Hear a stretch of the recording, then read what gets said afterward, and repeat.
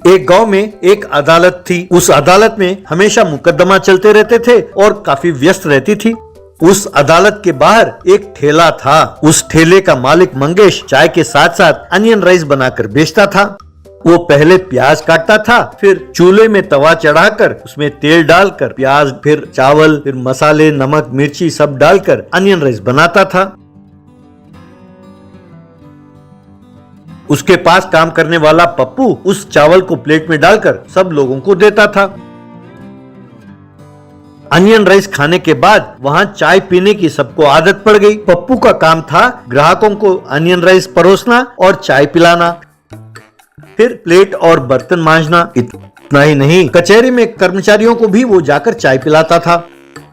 पप्पू बहुत बड़ा मुंह फट था। वो लोगों की बात पूरी तरह नहीं सुनता था और जो मुंह में आए बोल जाता था। मंगेश ने उसे कई बार समझाया और चेतावनी दी, पर ये समझता कब था। एक दिन एक व्यक्ति वहाँ ऑनियन राइस खा रहा था, तब पप्पू उससे, अरे भैया, तुम्हारा काम मजेदार है। कल मैंने तुम्हें बाइक में पीछे जबरदस्त फिगर को बिठा के ले जाते हुए देखा। भाई वाकई तुम कमाल के हो भैया, क्या लड़की पटाई है। ये सुनते ही उस आदमी ने पप्पू को जोर से थप्पड़ मारा और, कमीने, वो मेरी बहन है, पहले जान लो कौन है, फिर बात करो, कमजोर। एक और दिन एक आदमी और एक औरत ठेले के पास आए। पप्पू उन्हें देखकर, अरे वाह, आप दोनों की जोड़ी तो तोता मैना की जोड़ी है। आप चाय पियेंगे या अनियन राइस खाएंगे, कहिए मैडम। ऐसा कहा। तब उस औरत ने पप्पू को जोर से थप्पड़ मारा और कहने लगी, तुमसे किसने कहा कि हम पति पत्नी हैं? तब उस आदमी ने भी उसे थप्पड़ मारा और कहने लगा, अरे मुंह फट, तुम दूसरों के मामले में दखल क्यों देते हो, हम दोनों दोस्त हैं। यूं कहकर दोनों गुस्से में वहां से चले गए।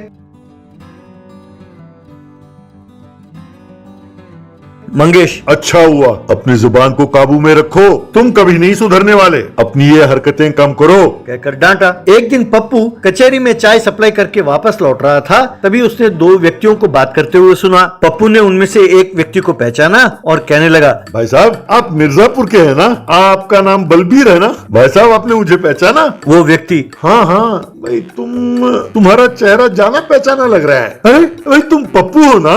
भाई तुम काफी बड़े हो गए, तुमने बहुत पहले गांव छोड़ दिया था। तुम कैसे हो, क्या कर रहे हो आजकल? पप्पू, अरे वाह भाई साहब, आपने तो मुझे पहचान लिया। मैं अच्छा हूँ भाई साहब। वो देखिए, वो ठेला मेरा है, आइए। तब बलबीर, अच्छा, ठेला लगाया है, बड़ी खुशी की बात है। तब पप्पू, ना भाई साहब, मैंने ठेला नहीं लगाया, मैं तो वहाँ काम करता हूँ, आइए भाई साहब। कहकर उन दोनों को ठेले के पास ले गया और कहने लगा, लीजिए भाई साहब, चाय पीजिए। तब बलबीर, ना भैया, तुम यहाँ नौकरी करते हो, मुझे चाय नहीं चाहिए। तब पप्पू, ना भाई साहब, ऐसा नहीं चलेगा, आपको तो चाय पीना ही होगा। वैसे भाई साहब, ये हैं कौन? यूं पूछा पास खड़े आदमी को दिखाते हुए। बलबीर, ये भी अपने गांव का ही है। पप्पू, अच्छा, हमारे मिर्जापुर के हैं। भाई, मिर्जापुर वालों को देखकर दिल बाग बाग हो जाता है भैया। फिर मंगेश से, मंगेश जी, ये हमारे गांव के हैं, दो चाय पियेंगे? मंगेश, कोई बात नहीं, तुम्हारे गांव के हैं ना, दो चाय पिला दो। तब बलबीर, वैसे पप्पू, ये हैं कौन? पप्पू, यही इस ठेले के मालिक हैं। लीजिए भाई साहब, चाय पीजिए। तब बलबीर, अरे पप्पू, अभी खाने का समय है और तुम चाय पिला रहे हो, अभी लंच का टाइम हो गया है, अब खाना खाते हैं भैया।